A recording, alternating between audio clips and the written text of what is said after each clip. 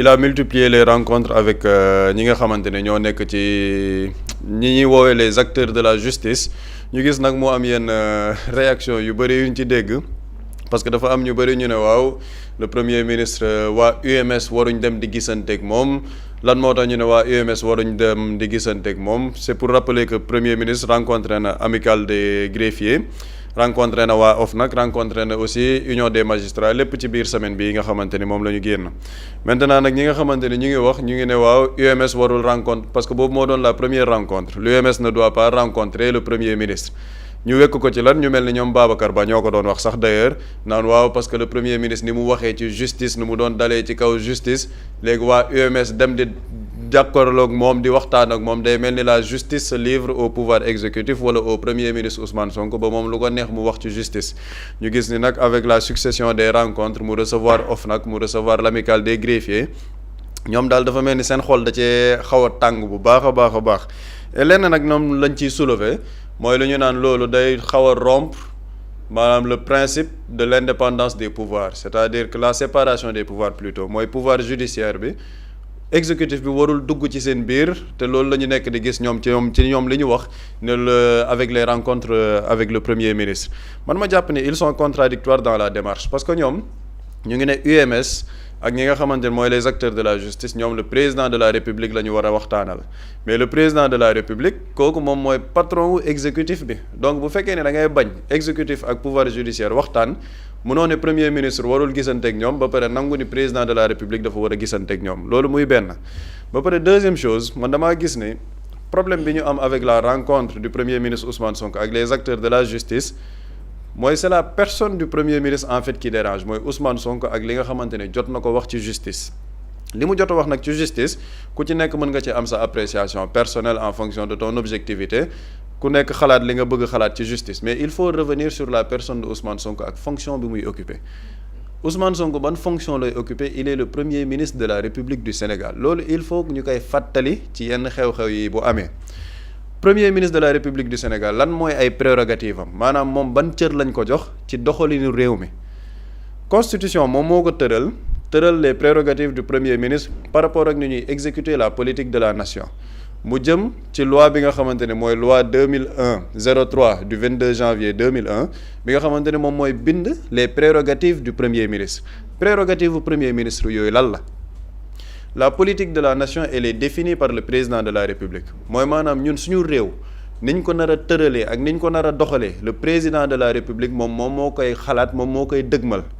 bu ko dëgmalee nag il y a une personne au niveau de l'exécutif moom mooy exécuter cette politique de la nation définie par le président de la République et kooku du keneen ku dul le premier ministre maanaam le président de la République bu tëralee une politique de la nation ne fii la ñu war a jëmalee ci réew mi ci agriculture ci justice ci énergie renouvelable ci environnement dafa am kenn koo xamante ne moom mooy exécuter mission boobu noonu avec son gouvernement et c'est le premier ministre de la République du Sénégal lu tax nag moo am solo par rapport ak justice bii ñuy wax ndax dama gis tappalekat yooyu noonu naan waaw bu fekkoon ne dafa rencontrer le ministre de la justice amul problème mais le ministre de la justice elle travaille sur les directives du premier ministre parce qu'elle appartient à un gouvernement le ministère de la justice ministre de la justice c'est une fonction politique il faut que nit ñi di ci dellu le premier ministre tey ji en fonction de ses prérogatives amul droit def une ingérence dans la justice bu fekkee ne ci yenn wàll la mooy mu dugg dans la décision des juges dugg ci li nga xamante ne mooy justice bi mu ngi koy joxe ci ay ndogal wala mu sant justice ne lii ngeen war a def foofu premier ministre ay prérogatives am eggul foofu mais fan la ay prérogatives am indi la politique judiciaire elle est définie par l'exécutif loolu tamit nit ñi dañ koy fàtte mooy ñun ni ñu war a doxalee suñu justice par rapport ak réforme yi par rapport ak textes yi par rapport ak loi yi exécutif moom moo koy définir l'exécutif c'est le président de la République président de la République bu définir une politique judiciaire kan moo koy exécuter c'est le premier ministre de la République avec son gouvernement et le ministre de la justice donc kooku dafa am cër boobu ci fonctionnement wu justice pourquoi il rencontre les acteurs de la justice mais parce que le premier ministre il est le patron de l'administration les acteurs de la justice ce sont des fonctionnaires de l'administration bu ñu waree waxal kenn par rapport ak ñoom seeni besoins dans le secteur judiciaire gis nañ le président de l'UMS mu ne ñoom dañuy kaas ni il y a des choses yoo xamante ne war nañ ko gën a ñoŋal ci justice bi par rapport aux infrastructures par rapport aux conditions de travail pardon des acteurs de la justice léegi loolu noonu yëpp moom bu ciy waxtaan kan la ciy waxtaanal keneen ku dul le patron de son administration muy le premier ministre c'est-à-dire que c'est une question de logique waxu xel la maanaam le premier ministre il est habilité à rencontrer les acteurs de la justice parce que tey jii dans le fonctionnement de la justice moom daf ci am wàll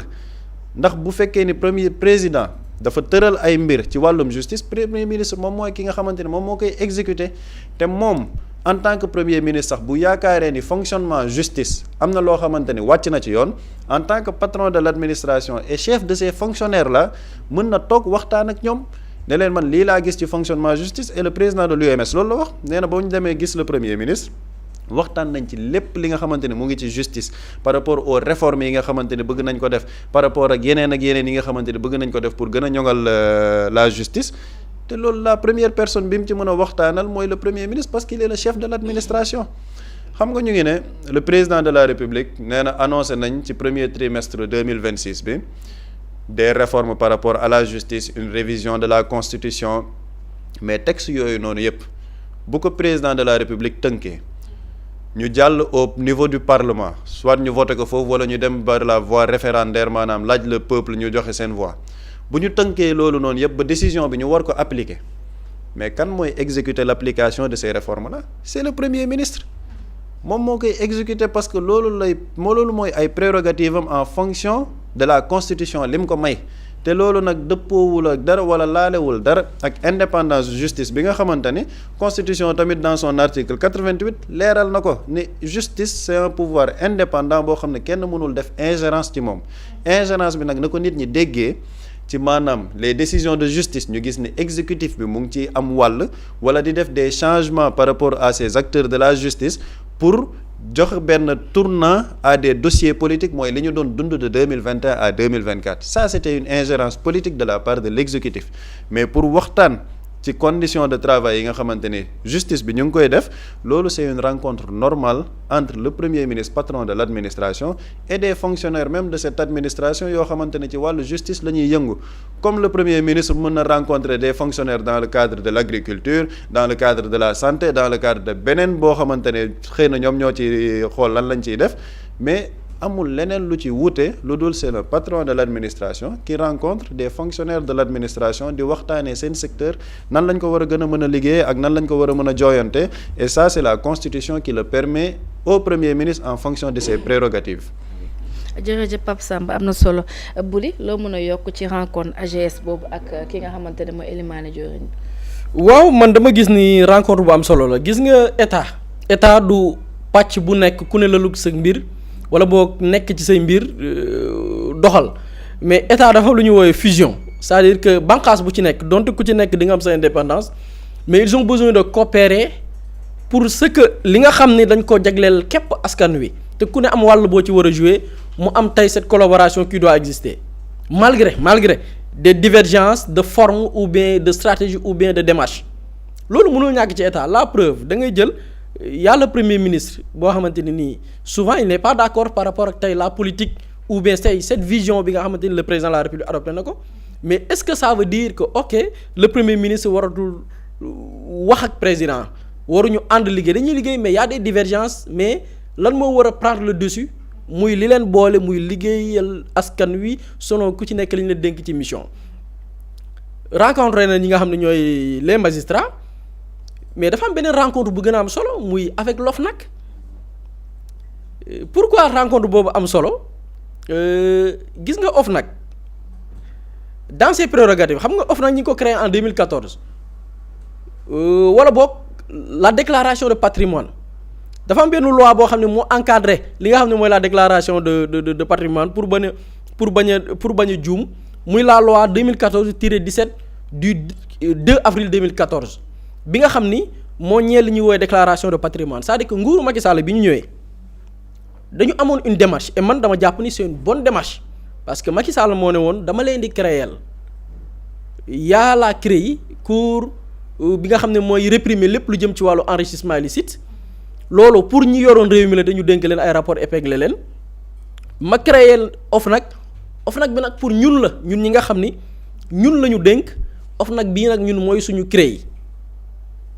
mu am une loi muy loi 2014-17 du 2 avril 2014 bi nga xam ni dafa wax ci wàllu déclaration de patrimoine c'est-à-dire que bi président Macky Sall di wax naan ñun OFNAC mooy suñu CREI xam nga fan lañ ko bëggoon jaaree la muy cette déclaration de patrimoine pour que képp ku ñu tabb dégg la ndombal tànk moment bi ñu lay tabb nga wax yow ñaata nga am ci alal moo xam kër moo xam oto moo xam entreprise moo xam sa compte bancaire lu ci nekk moment bi ñu lay tabb pile bi nga jëlee fonction ba pare nga dem déclarer ko fi nga xamante ni mooy OFNAC loi boobu ñu modifier ko en 2024 le 9 février mooy bi ñuy soppaat OFNAC di prolonger les mandats de Serigne Bassirou Gueye mais boo demee ci cette loi mais li Pape Samba di wax forcément ces organes doivent collaborer. Pourquoi? Parce que boo demee ci loi boobu noonu muy loi bi ñu modifié en 2024 article 7 dañ ne la déclaration de patrimoine est obligatoire pour fii du sama raisonnement mais damay leer pour après la suite logique pour que les gens puissent comprendre pourquoi cette collaboration doit exister entre certaines institutions. Man je préfère jël OFNAC seulement. Pourquoi c'est intéressant?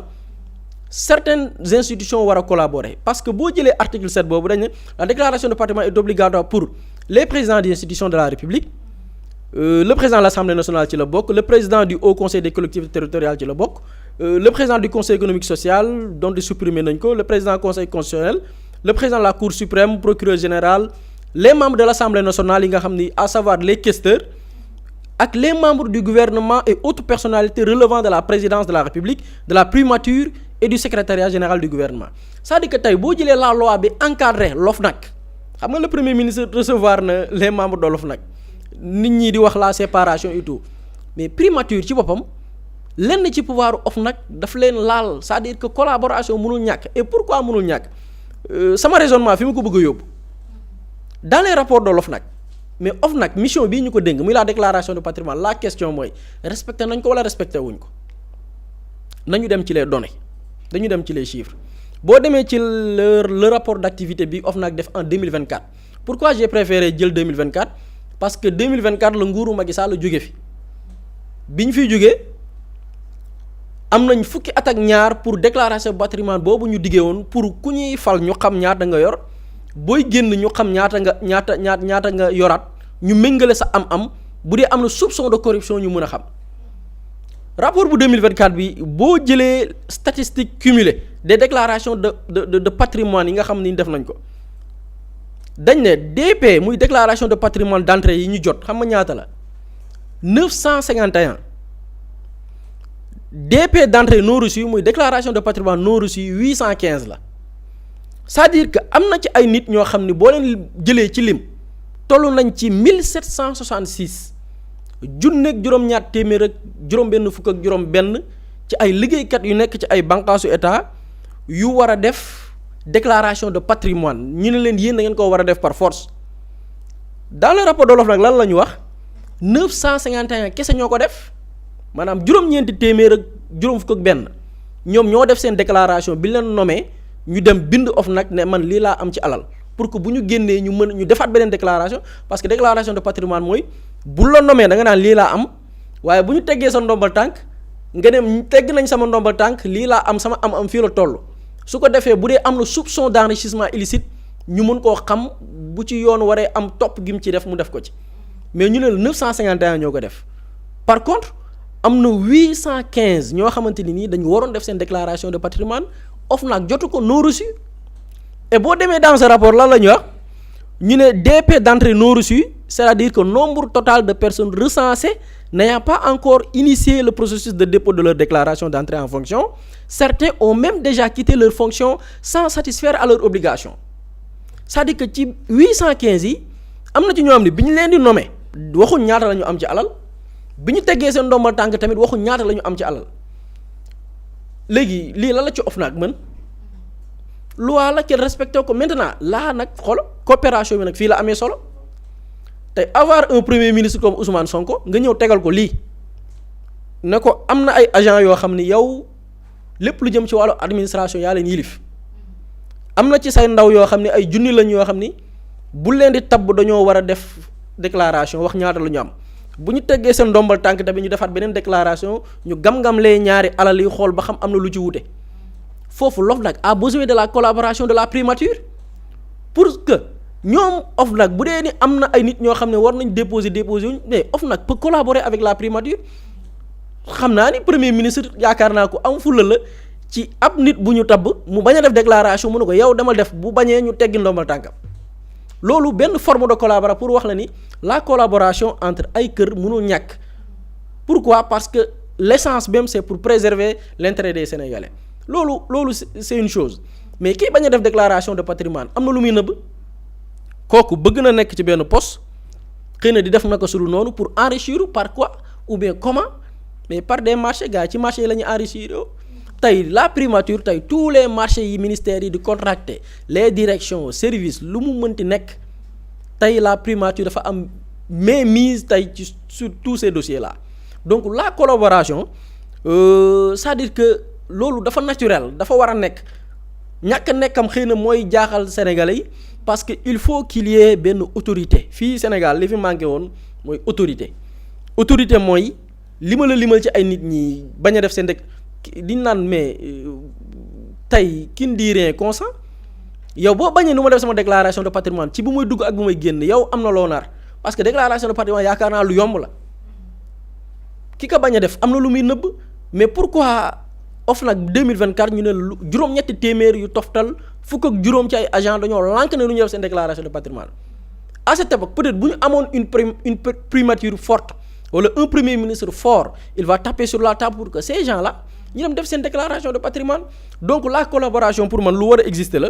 parce que dafay permettre tey souplesse bi ñu war a nemmeeku si yenn structures yi ci yenn barab bi nga xamante ni intérêt Sénégal moo ko tax a jóg mu am tey fluidité boobu noonu mu am cette souplesse et cette collaboration pour man lu jaadu la parce que boo xoolee finalité bi ku ci nekk ca la sas ci mission mooy l'intérêt des Sénégalais ñi bokk nag même mission pour intérêt Sénégal yi dañu war a déggoo dañu war a collaborer dañu war a waxtaan ku ci nekk xam lay say jafe-jafe ak keneen ki yan saafara la ci mën a apporter et je pense que c'est l'objectif de ces rencontres. jërëjëf Boury am na solo kon maanaam en résumé lii di nga xamante ne mooy ndaje bi lu am solo et lu normal la. lu normal la c'est-à-dire dafa jaadu lu normal la. malheureusement nag Sénégal ñun duñu c'est-à-dire que doo xam looy wax daal mais gars yi lu négatif kese la ñuy gis quoi. ci nit ki la. waaw c'est la personne qui représente la fonction du premier ministre quoi. te même bu dul dara sax pour yokk ci li Boury doon wax xam nga tey jii c'est le premier ministre moom mooy gérer l'exécution financière des budgets donc tey jii waa justice seen budget premier ministre moom mooy def arbitrage bi avec le ministre des finances keroog ñu ngi toog premier ministre mu ngi ne ba ñu waree jox Lions yi seen i ndàmpaay ak yooyu président dafa ne ko nga liggéey ci nee na mu convoqué le ministre des finances convoqué gars yi pour ñu xool nan la ñu mën a ubbee ay marge pour mën a jox ñooñu premier ministre moom mooy def arbitrage budget wu ministère yépp donc les conditions de travail des acteurs de la justice premier ministre moom mooy def arbitrage financier bii tax ñu ne waa ci wàllum infrastructure justice war nañ ci def lii corps bii nii war nañ leen a jagleel lii ñii ak ñii war nañ leen a defaral ça c'est le premier ministre qui le fait donc ces acteurs de la justice là bu ñu demul waxtaan ak kooku kan la ñuy dem waxtaanal dans ce pays c'est-à-dire que gars yi da nga leen di tiimale jant bi nii ñu ne non lii du jant lii pomme bu ñu gën a leeral la loolu nag avec ces personnes là day xaw a doy waar. waaw jërëjëf Pape Samba am na solo ñu wéyal waxtaan bi rek ak li nga xamante ne mooy info du jour Boury dafa mel ni dem ki nga xamante ne mooy Doudou Wade jot na ñibbi këram. waaw Doudou Wade de démb lañ ko doon déglu ca sûreté urbaine ñam ak ñaari fan ci weeru février atum 2026 bi ñu nekk. Mously Immo Sénégal moo leen di indil saafara ci jafe-jafe bu ngeen am ci wàllum immobilier yow mi bëgg a jënd kër yow mi bëgg a tabax wala nga jaay sa terrain jokkool ak waa Mously Immo ku am sa kër bëgg ku la ko terrassel wala nga am sa tool bëgg ku la ko lotissel defal la ko ay terrain Mously Immo Sénégal daf leen koy jàppandal gunge leen ci anam gu mucc ayib ku am sa kër itam te nekkuloo ci biir réew mi bëgg ku la ko toppatool gérer la ko Mously Immo moo ci gën a gaaw gën ci wóor ku bëgg réfectionner tabax wala nga defar plan architecte mën nga jokkoo itam ak waa Mously Immo Sénégal mën ngeen leen a woo ci 77 887 25 13 77 887 25 13 Mously Immo indi saafara ngir jëndum kër tabax jaayum terrain terrasse yi ay tool wala lotissé ko defal leen ko ay terrain loolee lépp Mously Immo moo ci gën a gaaw man ngeen itam abonné ci seen chaîne YouTube Mously Immo Sénégal ngir am yeneeni xabaar yu gën a dëggu wala itam wàllum conseil ci wàllum immobilier fii ci biir réewum Sénégal